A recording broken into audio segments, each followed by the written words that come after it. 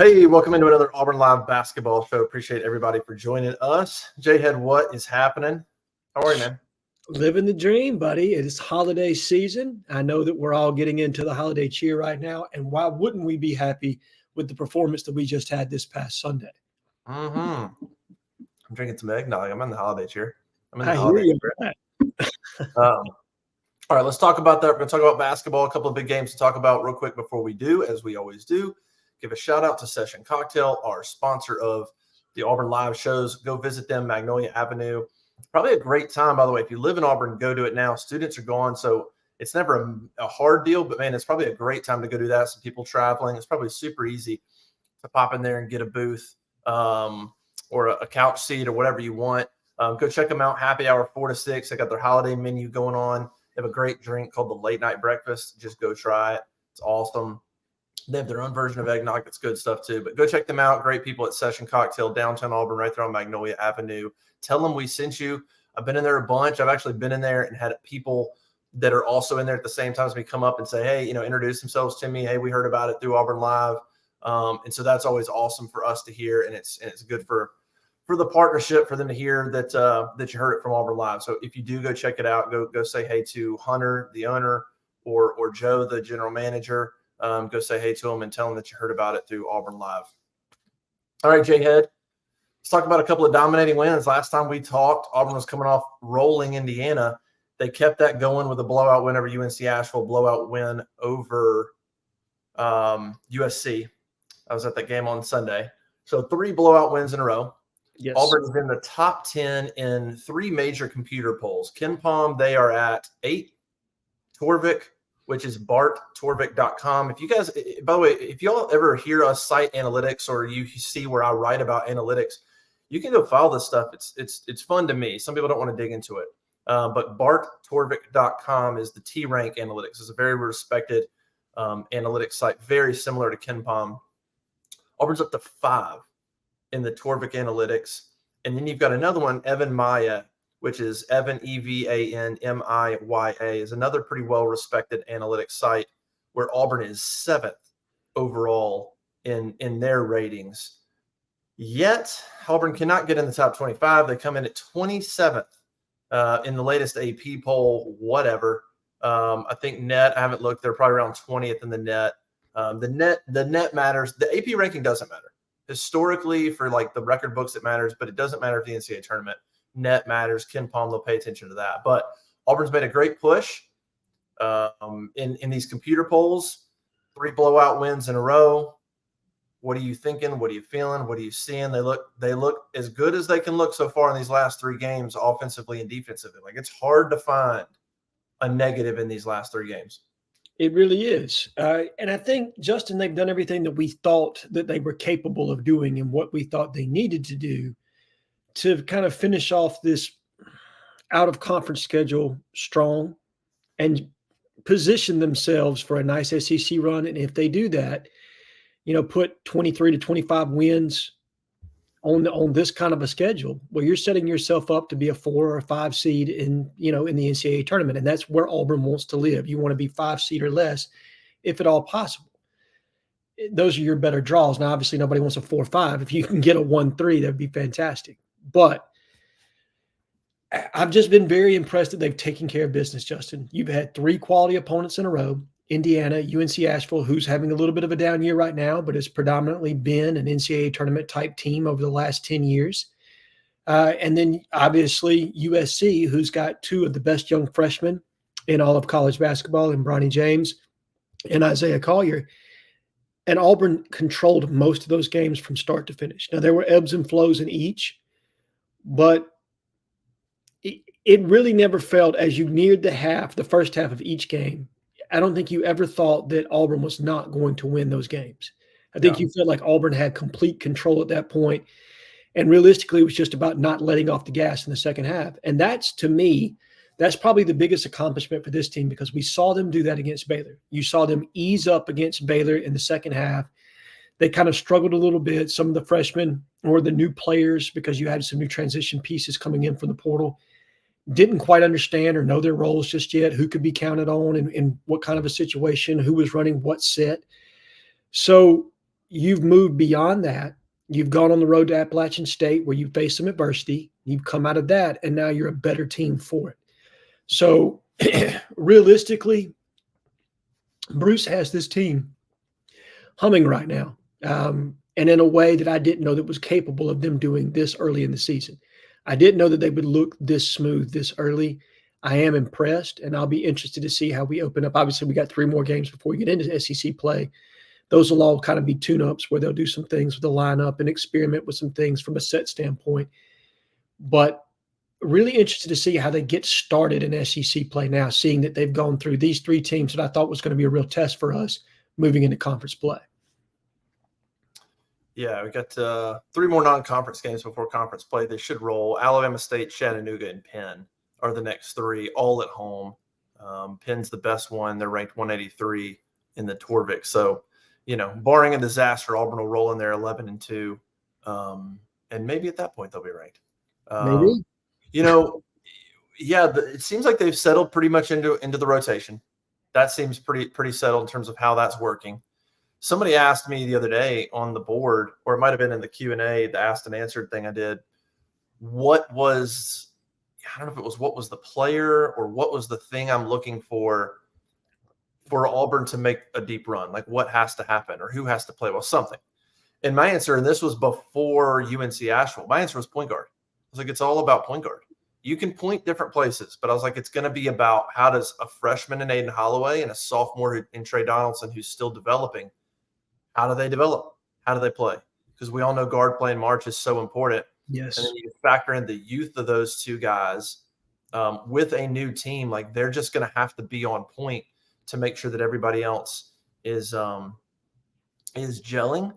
And what you've seen from them in the last 3 games has been phenomenal basketball. It's hard to play better than what they've done. The last 3 games, those 2 guys, Holloway and Donaldson, have combined for 78 points, 25 assists, and 2 turnovers.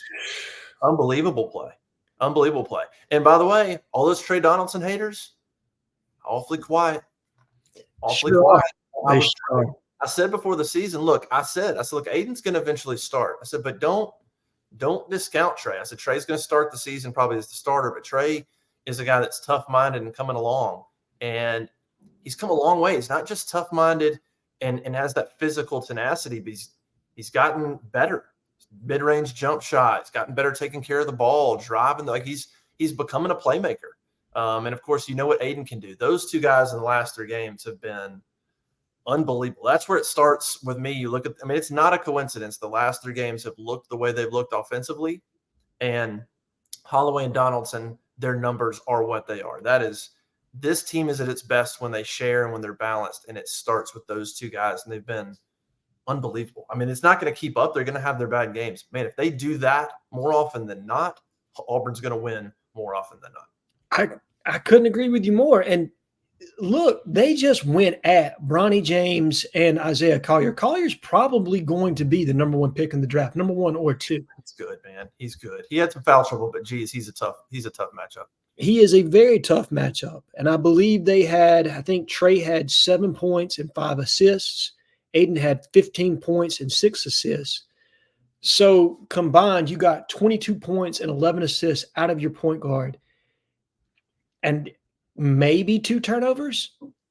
Maybe. In the USC game? Yeah. I got it right here. You had Chris Moore had a turnover. Denver had a turnover. Katie had 3. It's kind of yeah. Trey had 1. Aiden had none. Yeah. And they combined for 11 assists. Trey had 5 assists. Aiden had a 6. Yeah. So 11 assists to 1 turnover ratio. Against Collier and Boogie and Bronny. Yeah. And 22 points out of your point guard position with 2 really young and emerging players. I love the fact that Trey Donaldson, knowing that Aiden Holloway was coming in, didn't hit the portal. He said, you know what? I'm going to fight for this position. I'm going to try to play. I trust Bruce that he's telling me the truth, that he's going to give me an opportunity to play this year, that he's going to really roll 2 deep at the point guard position. And he's gone out and he's improved himself in the offseason. And you're right. His foot speed looks better. I thought last year, defensively speaking, that's where he was really needing to kind of take a step forward. I feel like he's played smarter there, Justin. He's created more space. He's used his length to his advantage, and his feet have been quicker. You can see that he's made a real effort in the strength and conditioning program to get his body in a little bit better shape and conditioning to allow his athleticism to show a little bit more. So really proud of that young man. Proud of the strides that Denver Jones has taken the last couple of games. He's really kind of shown up. He had a rough stretch there, culminating in probably what amounted to 0 points against Appalachian State, I think.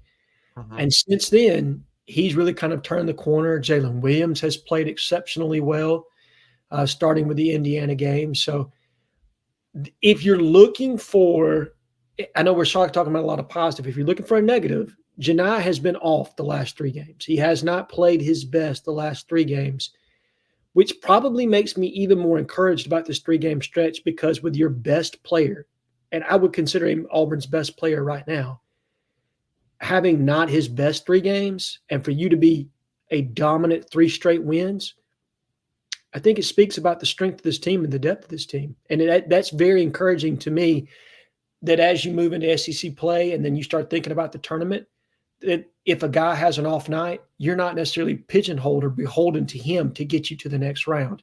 You can count on other guys to step up.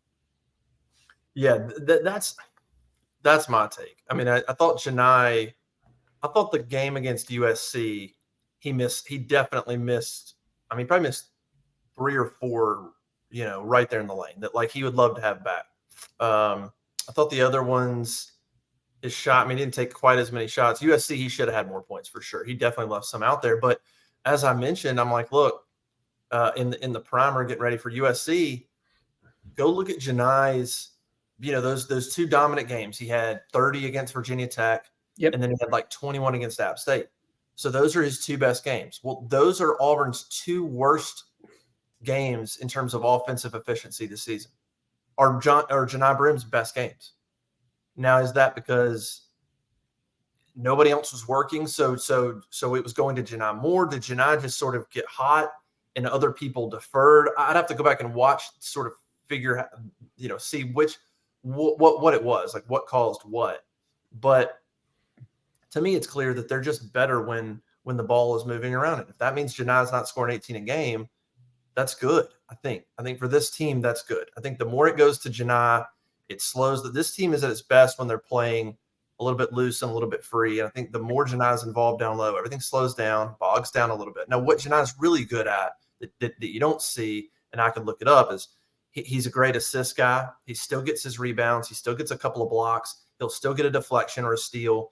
Like, he'll still put up those other good numbers even when he doesn't have points. I think one of those games he didn't score well. He had like 4 assists. That's your center.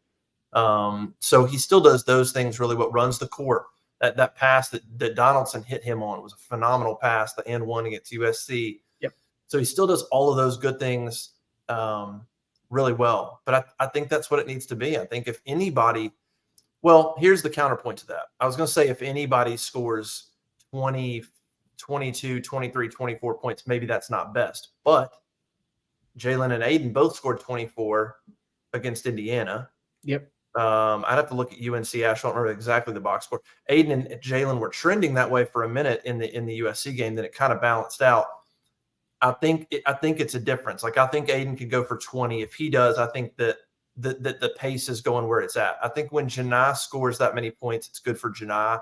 I don't necessarily know if it's good for the pace for Auburn's offense. Like, I don't know if that's what's best for Auburn's offense if things are slowing down to the point that Janai scores 24, 25. Now, we could be wrong. They could have a game where they're playing a team that's really good on defense, and it takes Janai gets hot and he keeps them in it, and they score 68 points and win. That could happen too. But so far, it seems like they're at best when nobody scores more than 18 and you have that many guys involved. SEC will obviously change things up a little bit. You're not going to have 10 guys that score between 5 and 15, which is what you had against UNC and Asheville, or 11 guys. It was insane.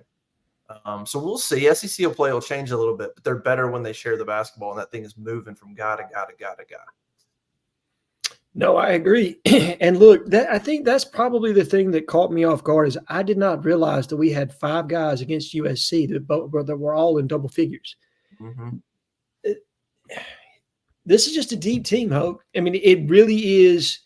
And I think Bruce had a funny way of saying it. And he said, you know what? The drop off when we go to our bench is not that great, but the difference in between our starters and our bench is not that great. You know what I mean? Now it feels like everybody has leveled up their play a little bit. Everybody's playing a little bit smarter.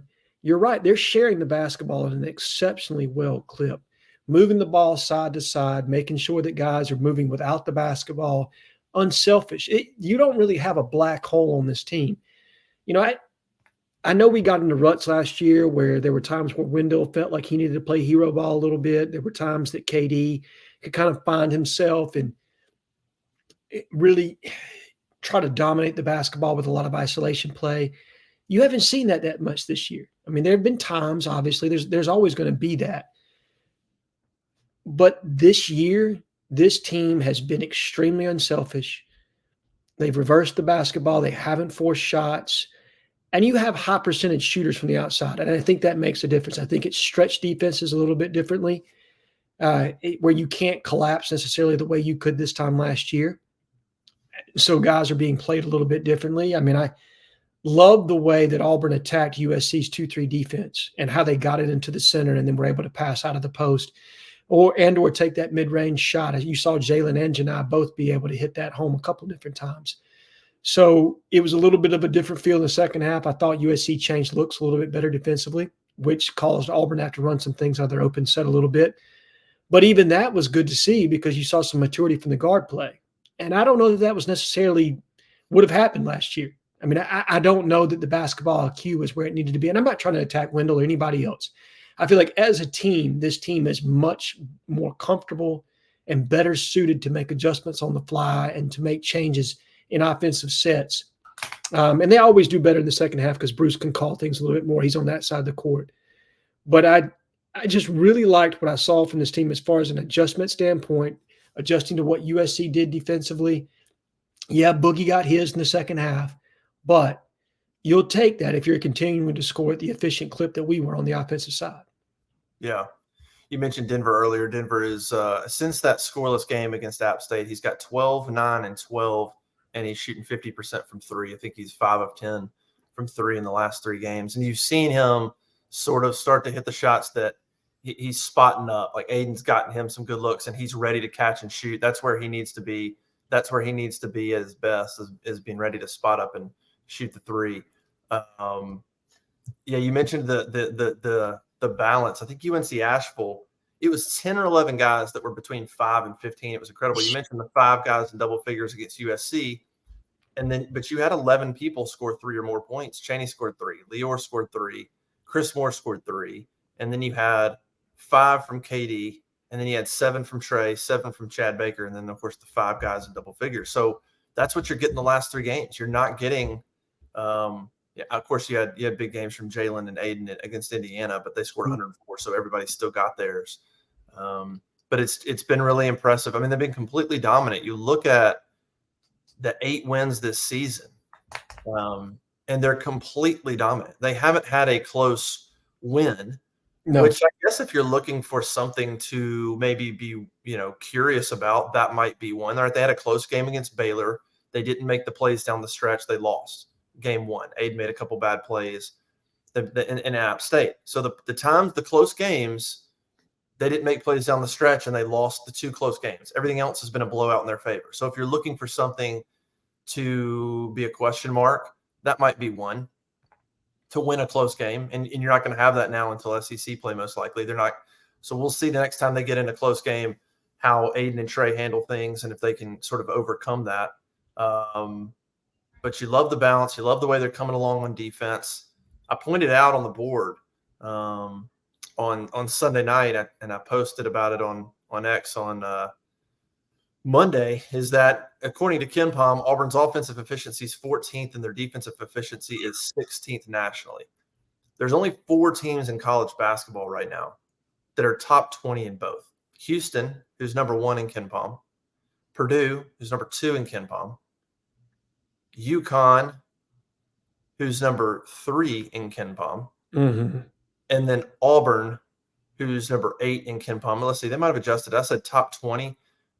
in OND. Well, if you did top 16, they were top 15. You did top 16, there's only 4. There's a couple of more. Marquette's top 20, BYU's top 20, Arizona's in there too. So I guess there's maybe 5 or 6 teams that are top 20 in both, and Auburn's one of them. More importantly, since 2010, only one national champion in college basketball, one, since 2010, has not had an offensive and defensive efficiency in the top 25. And that was UConn, who had an offensive efficiency of, I think, 39th, but still had a top 10 defensive efficiency. So they had one, just not both.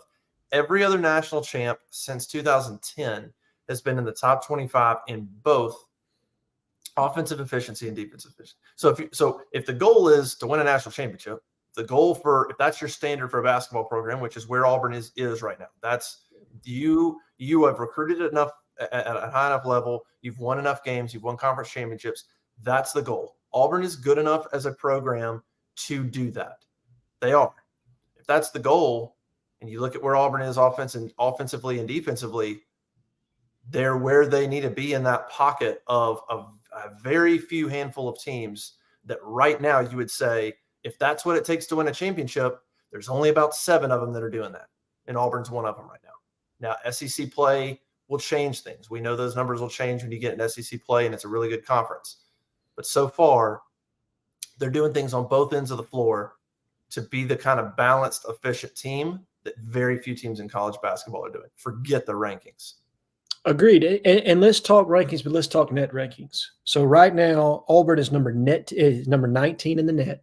Okay. The only 2 SEC teams that rank higher in net right now are Tennessee, who's at 8, Alabama, who's at 12. And obviously, Alabama's played an extremely strong schedule. I give them credit for doing that.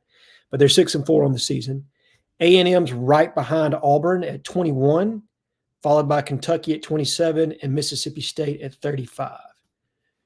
So that tells you that Auburn's going to have an opportunity to get multiple quad 1 wins. They play every one of those teams, I believe. I think Alabama twice, Tennessee once, A&M once or twice. I'm not sure. Yep. So Auburn's going to have their hands full in the SEC. And that's what you're talking about. The numbers are going to change somewhat. They also have an opportunity to go up. Look, if Auburn wins the large majority of those games, of the teams we just talked about, Auburn has an opportunity to be top 15 in the net, top 10 in the net, contingent on how they finish SEC play. But I firmly believe this, Justin. This is a top 5 or 4 basketball team in the SEC this year. After watching the league in its totality, watching multiple games, and look, there's some really good teams.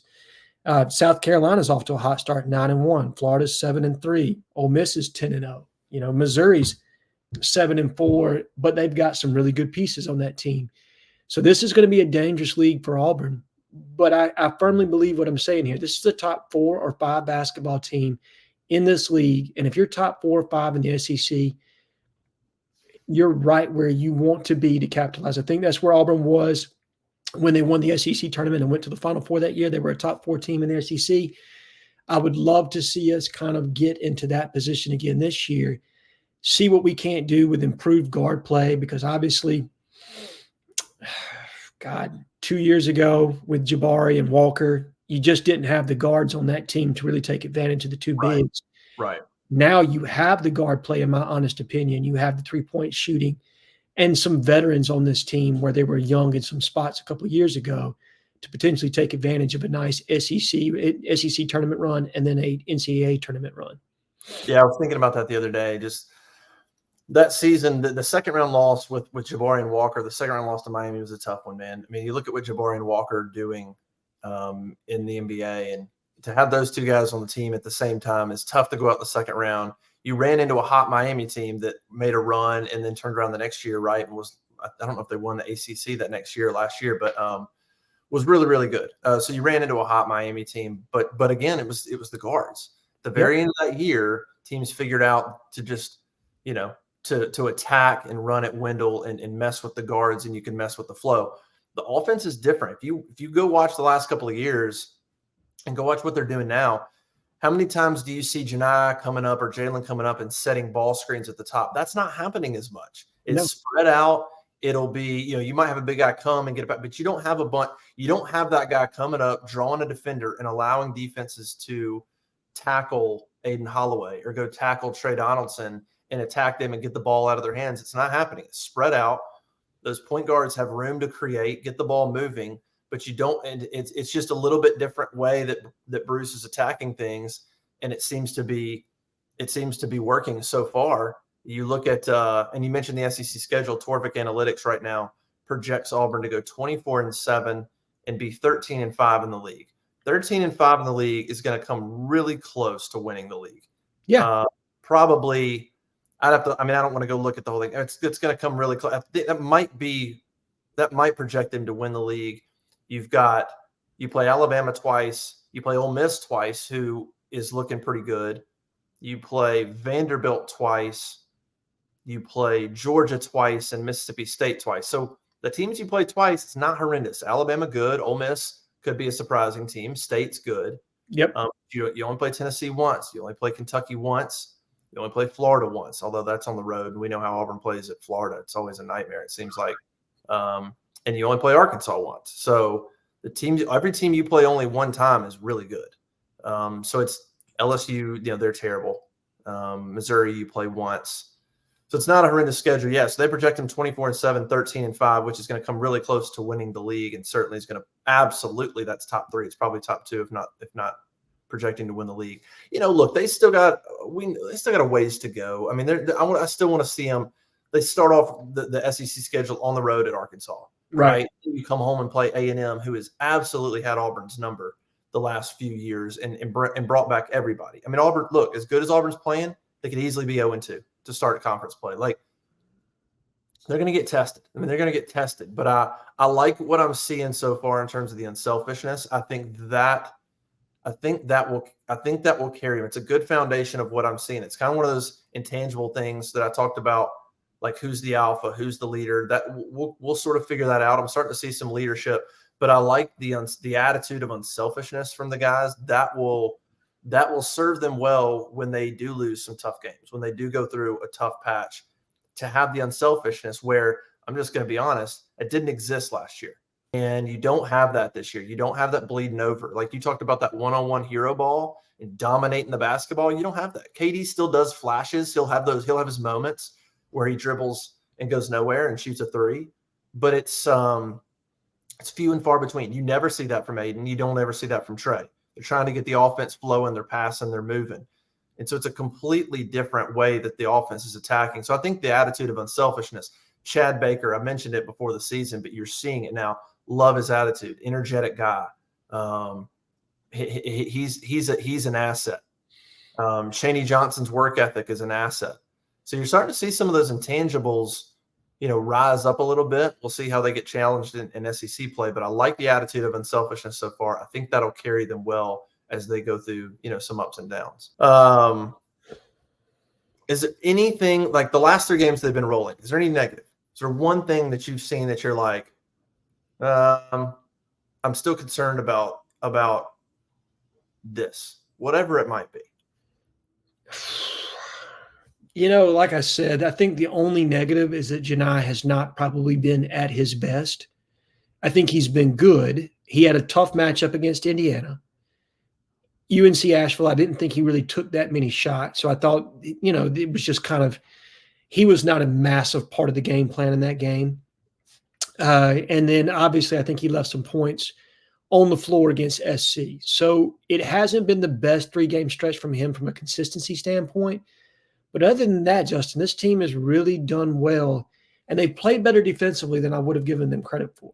Mm-hmm. Now, SC is not as good right now as I would have hoped that they would have been. I think they've got fantastic athletes and really good young guards, but they're kind of inconsistent and they're not playing. We just talked about people dominating the basketball. I think they have a lot of that right now. You have 2 or 3 guys that are really kind of featured in that offense, and I don't think they move it overly well, reverse the basketball. They've got good players, but it takes more than good players to make a really good team. And so, but this team's battle tested, man. Going against a tough Baylor team in North Dakota, playing the schedule they played, look, St. Bonaventure is a significantly better team than a lot of people want to give them credit for.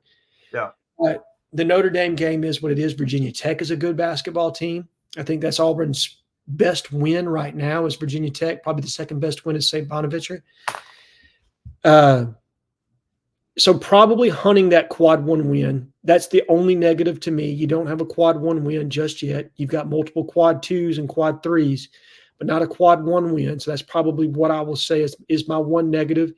But they can get that remedied easily in SEC play if they play up to their capability and their potential, especially if you get a team like that at home. If you get a Kentucky at home, if you get, an Alabama at home, I like that matchup on the road.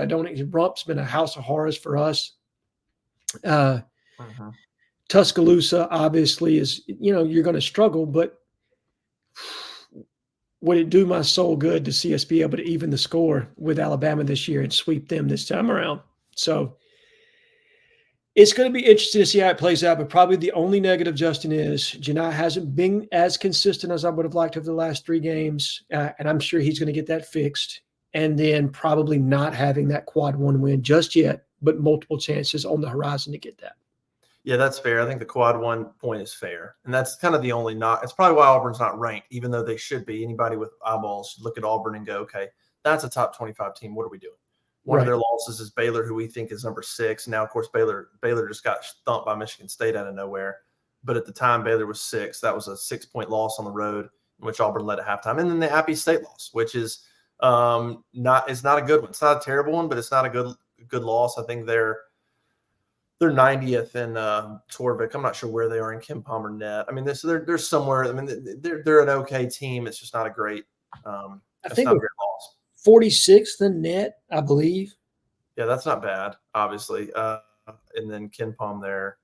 I don't know where they are. They're 78 in Ken Palm. So it's not a horrendous loss by any means. But it's, if you want to be ranked in the top 25, it's probably a loss you don't want to have.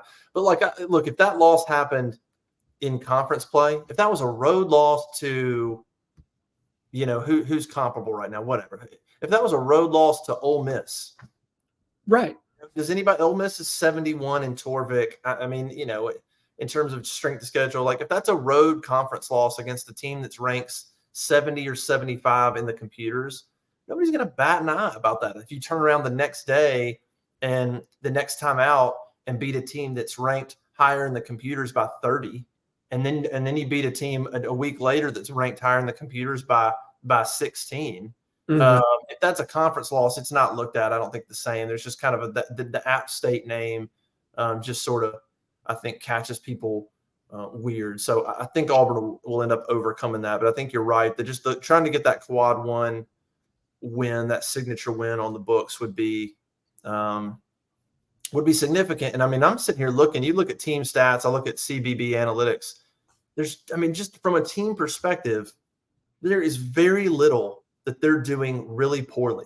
They kind of split it up in I think when you get kind of 70+% or 60% up, if you're the top 60 percentile in the country, it turns green and then it becomes real green. Obviously, you get in the 90s.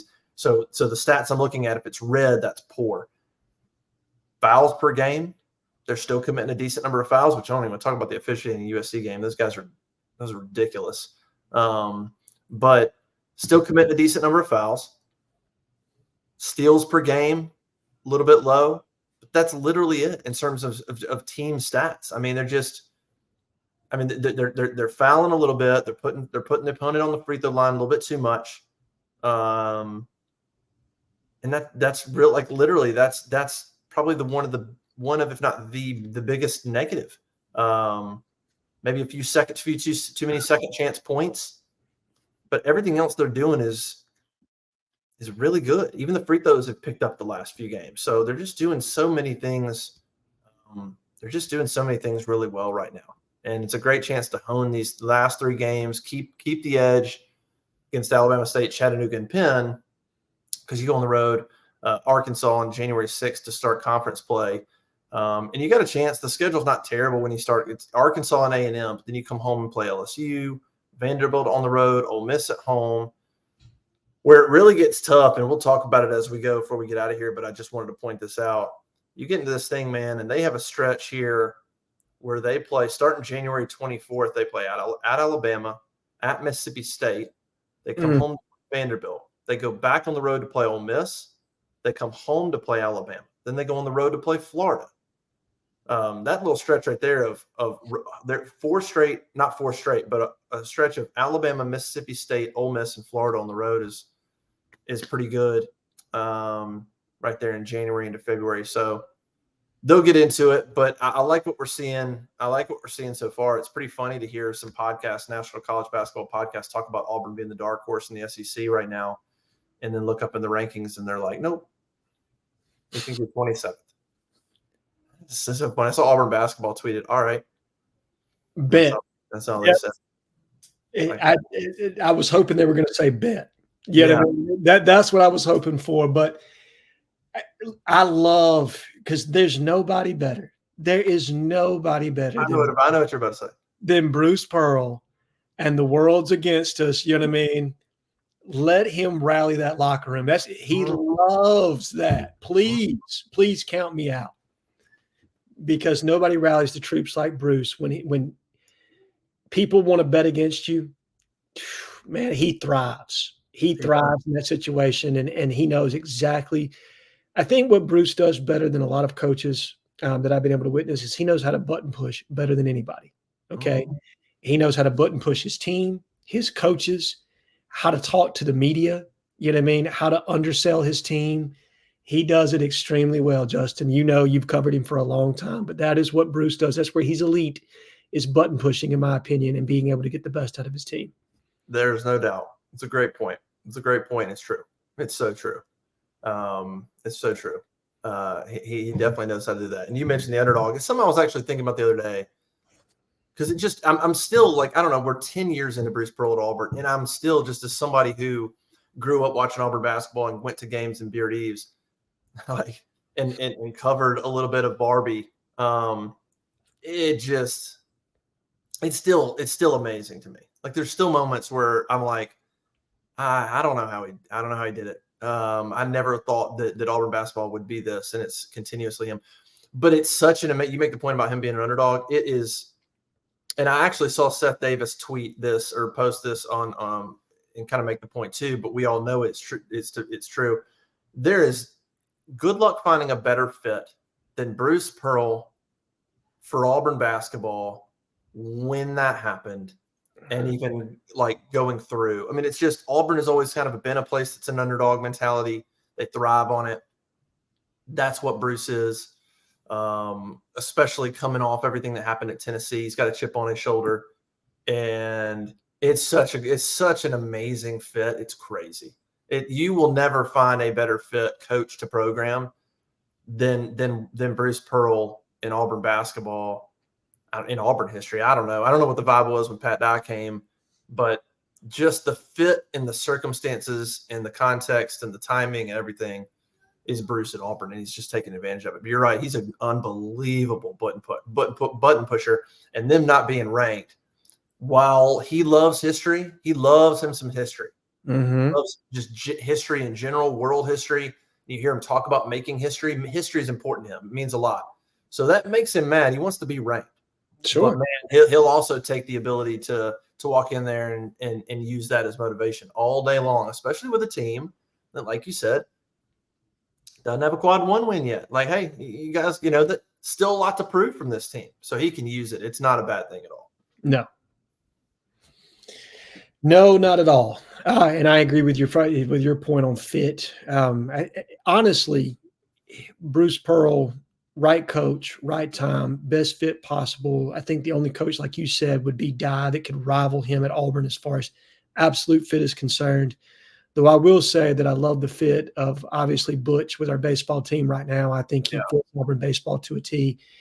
And to this point, Hugh Freeze has done a phenomenal job with the football team, and we'll see how he does moving forward. I'm counting longevity with the other two. Hugh has only been here for a year, and we'll see how that goes over time. But right now, maybe John Cohen's dealing with a full deck here of finally having three coaches that all fit Auburn's, Auburn's culture. Yeah. No, you make a good point there. All right, we'll come back next week. Auburn plays. Let's see. Auburn's only got one game this week. Obviously, Christmas holidays. They play Alabama State on Friday. Big favorites there. Alabama State's 3-17. That's a game that Auburn will roll. And then so they play a game Friday. Then they got 8 more days off, and they play Chattanooga the night of the Music City Bowl. That game was moved. So Music City Bowl happens at 1 o'clock. Auburn plays Chattanooga inside Neville Arena at 8 o'clock that night. So between now and the 30th, they just play one game. So they had that 3-game tear, a lot of time to rest, and have one game, play Chattanooga on the 30th, come back, play Penn on the 2nd, and then you're in conference play. So, really, you're talking about 3 games in the next, I don't know, almost 3 weeks, I guess. And so a lot of time to get ready for league play. So, but we'll come back next week and we'll have at least one game to talk about, Alabama State, and we'll see what else is going on with this Auburn basketball program. But they're rolling now. It's good stuff from Auburn, good stuff from Bruce Pearl and this team as they start to find their groove. And we get closer to SEC play. All right, let's get out of here. Thank you to Session Cocktail. Appreciate them sponsoring the show. Go check them out on Magnolia Avenue. As always, great friends of ours. Happy hour 4 to 6. Go say hey to Hunter, the owner, and Joe, the GM there. All the good people there. Go check them out. Appreciate them. For JHead, I am Justin Hokanson. We'll see you guys next time. Bye.